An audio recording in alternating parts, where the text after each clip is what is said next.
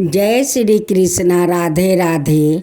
सभी श्रद्धालु भक्त जनों को मेरा प्रणाम है। आज हम सब मिलकर पुत्राधा एकादशी व्रत कथा को श्रवण करते हैं।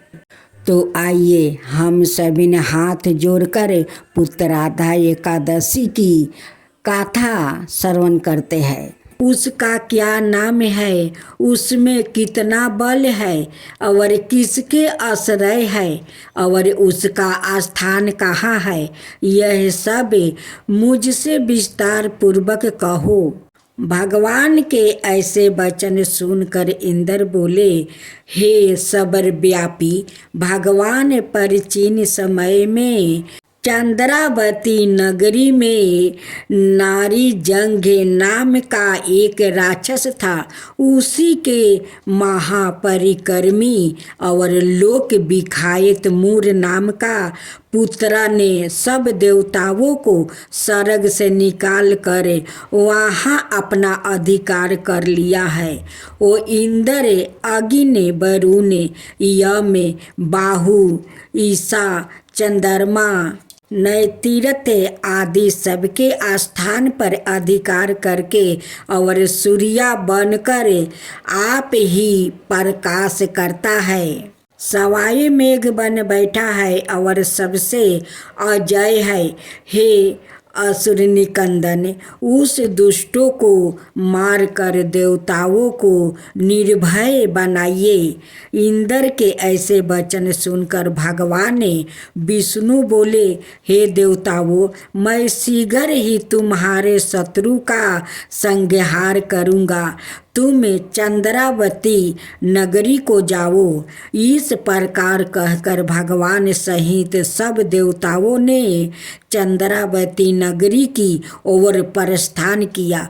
उस समय दैत्यपति मूर दैत्य सेना सहित युद्ध भूमि में गरज रहा था। उस बलवान असुर की गर्जना सुनकर सब देवता भय के मारे चारों दिशाओं में भागने लगे।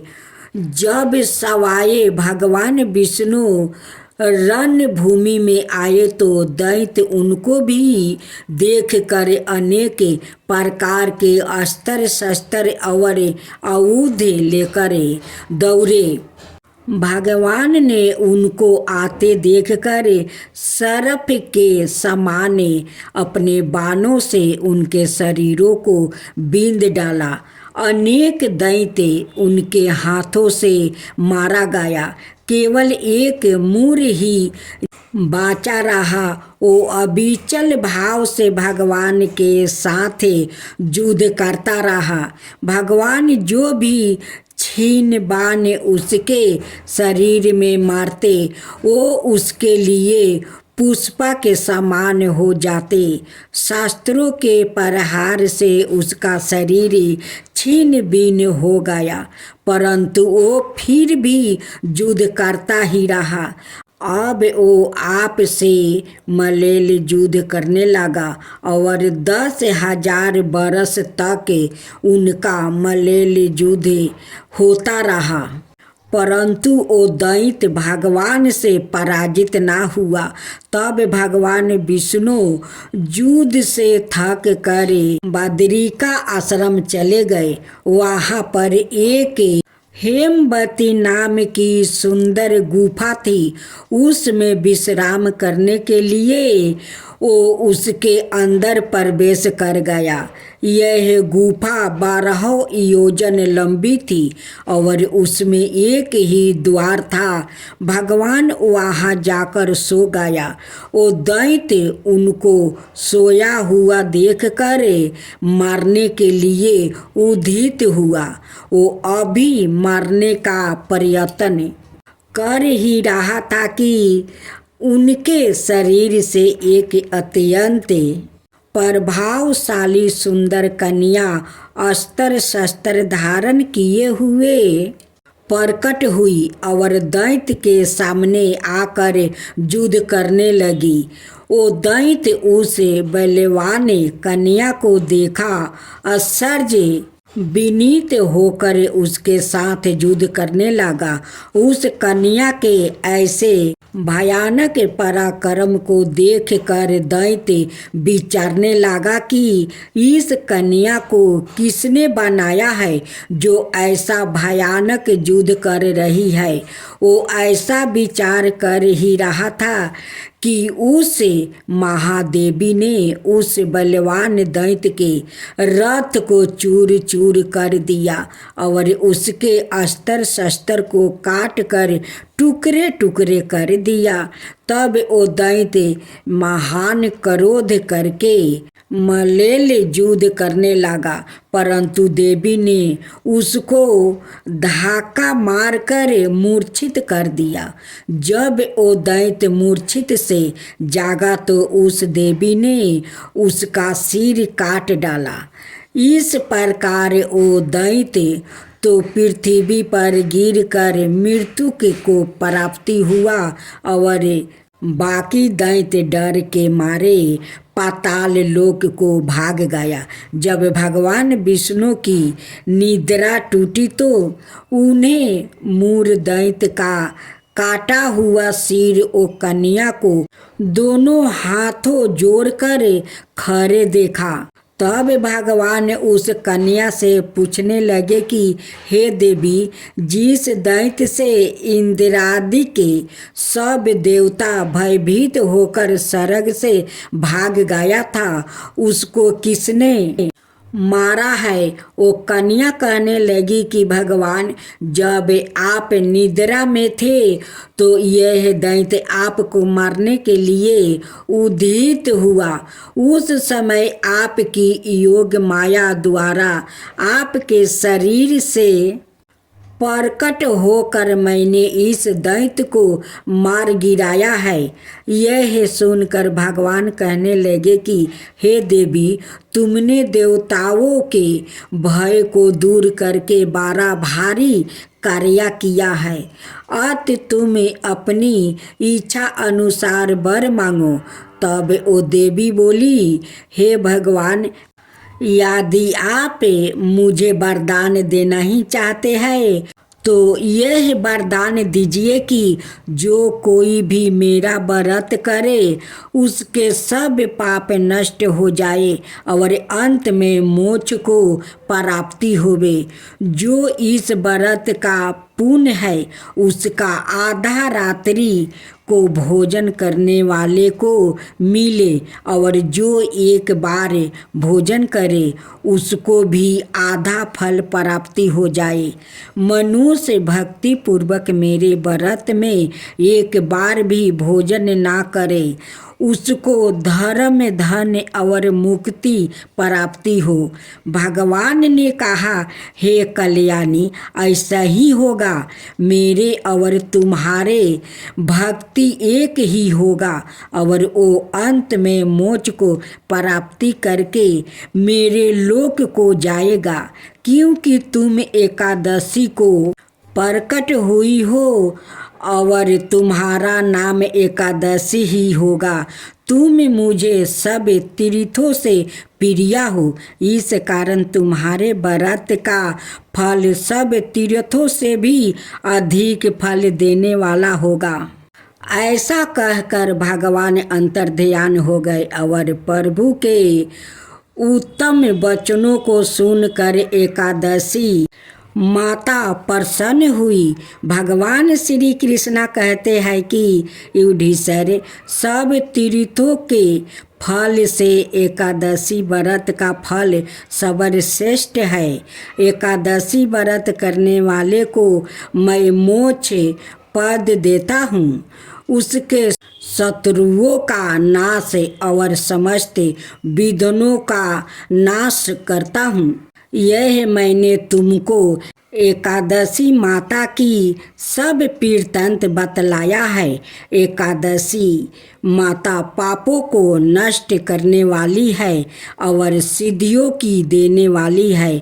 उत्तम पुरुषों को दोनों पक्ष की एकादशियों समान ही सामना करना चाहिए। कोई भेदभाव नहीं समझना चाहिए।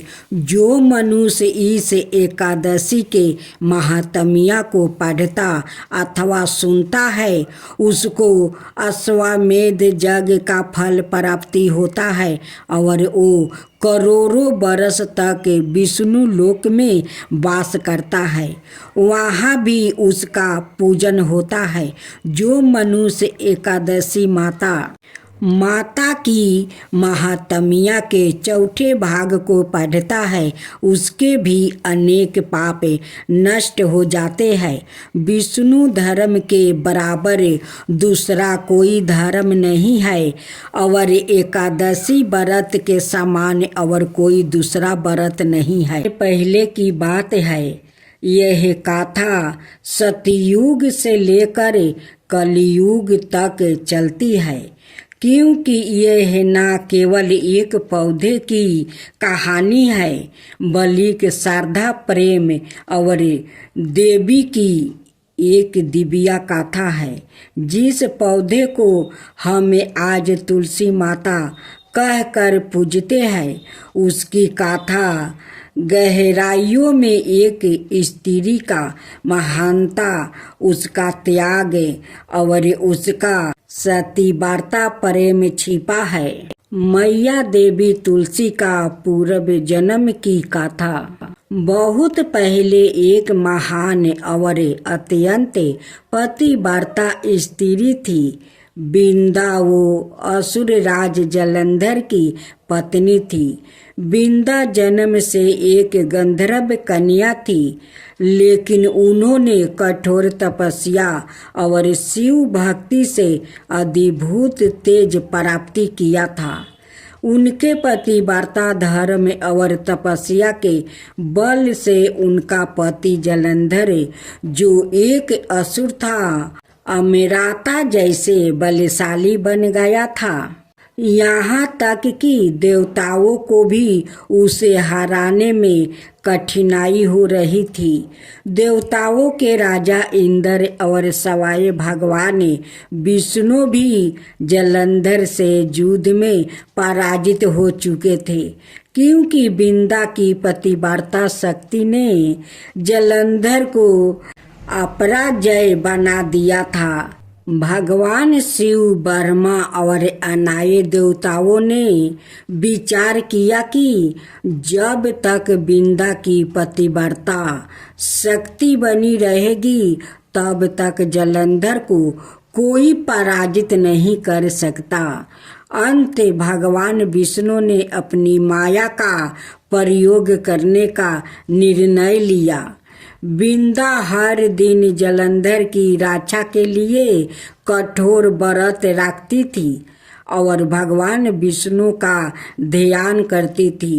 एक दिन जब जलंधर युद्ध में गाया हुआ था, भगवान विष्णु जलंधर का रूप लेकर बिंदा के समक्ष प्रकट हुए। बिंदा ने उन्हें अपना पति समझकर पूजन और सेवा की। जैसे ही बिंदा ने अपना व्रत तोड़ा, उसकी पतिव्रता शक्ति छीन हो गई। उसी समय युद्ध भूमि में जलंधर मारा गया। जब बिंदा को सच्चाई का ज्ञान हुआ कि जिनके चरणों में उसने सेवा की है वो उसके पति नहीं बल्कि भगवान विष्णु थे, तब उसका हृदय चूर चूर हो गया। उसने विष्णु जी को बहुत भारी श्राप दिया। हे विष्णु, तुमने मेरी पतिव्रता धर्म का अपमान किया है। आज से तुम पत्थर के बन जाओगे। यही श्राप है जिसके कारण विष्णु जी शालिग्राम में शिला रूप में पूजने जाने लगे। बिंदा ने फिर अग्नि में प्रवेश कर लिया और अपनी देह त्याग दिया। भगवान विष्णु को अपने कर्म का बहुत दुख हुआ। उन्होंने वरदान दिया, हे बिंदा, तुमने जो प्रेम निष्ठा और भक्ति दिखाई है वो अमर रहेगी। मैं तुम्हें एक पवित्र पौधे के रूप में इस संसार में पुण्य जन्म दूंगा। लोग तुम्हें तुलसी कहकर पूजेंगे और बिना तुम्हारे पते के मेरा पूजा कभी पूर्ण नहीं होगा। एक और कथा के अनुसार जब तुलसी माता का पूर्व जन्म एक पौधे के रूप में हुआ तब सलीगरा में रूपी विष्णु से उनका विवाह संपन्न हुआ। इस विवाह को आज भी तुलसी विवाह के रूप में कार्तिक मास की शुक्ल पक्ष की एकादशी या द्वादशी को मनाया जाता है। यह विवाह प्रतीक है प्रेम, क्षमा और ईश्वर से पूर्ण मिलन का। आज तुलसी माता को हिंदू धर्म में अत्यंत पवित्र माना जाता है। उनकी पूजा करने से पाप दूर होता है, मन शुद्ध होता है, घर में लक्ष्मी जी का वास होता है। मृत्यु के समय तुलसी पत्र और गंगा जल से मोक्ष की प्राप्ति होती है। तुलसी माता को केवल एक पौधा समझना भूल होगी। वो तपस्या, नारी शक्ति और देवी की मूर्त रूप है। जहाँ तुलसी होती है वहाँ भगवान विष्णु का वास होता है। वृंदावनी तुलसी जब पत्थर को हरती है, प्रेम में छल भी प्रभु के चरणों छू लेती है। जिस नारी ने दिया धर्म को इतना ऊंचाई आस्थान, वही बनी देवी की पूजा की प्रथम पहचान। जय जय तुलसी माता, जय जय तुलसी माता, सब जग की सुखदाता वरदाता। जय जय तुलसी माता, जय जय तुलसी माता। सब योग के ऊपर, सब रोग के ऊपर, रुज से रक्षा करके भाव तराता। जय तुलसी माता, रुज से रक्षा करके भाव तराता। जय तुलसी माता। बाहु पुत्री है सयामा, सुरबली है गारामा। विष्णु प्रिया जो तुम के सेवे, सो नर तर जाता। जय जय जय तुलसी माता, जय जय जय तुलसी माता। हरि कैसी सभी राजते, त्रिभुवन से हो बनती थी। पतिति जनों की तारानी, तुम्हें हो भी खाता। जय जय तुलसी माता, जय जय तुलसी माता। लेकर जन्म बिजन में आई, दिव्या भवन में मानव लोगी तुम्हीं से सुख सनपति पाता। मानव लोग तुम्हीं से सुख सनपति पाता। जय जय तुलसी माता, जय जय तुलसी माता। आरती की जो हनुमान लला की, दुष्ट दलन रघुनाथ कला की। आरती की जो हनुमान लला की, दुष्ट दलन रघुनाथ कला की। जाके बल से गिरबर कापे, रोगे सोगे जाके निकट ना झाके। अंजनी पुत्र महाबलदाई, संतन के प्रभु सादा सहाई। आरती की जो हनुमान लला की, आरती की जो हनुमान लला की। देवीरा रघुनाथ पेठाए, लंका जरी सिया सुदिलाए। लंका सुकोट समुंदर सिखाई, लंका सुकोट समुंदर सिखाई। जात पवन सुता बरन लाई, आरती की जो हनुमान लला की, आरती की जो हनुमान लला की। लंका जरी असुर सहारे, सिया राम जी के काज सवारे। लंका जरी असुर सहारे, सिया राम जी के काज सवारे। लक्ष्मण मूर्छित पर सकारे, आनि सजीवने प्राण उबारे। लक्ष्मण मूर्छित पर सकारे, आनि सजीवने प्राण उबारे। आरती की जो हनुमान लला की, आरती की जो हनुमान लला की।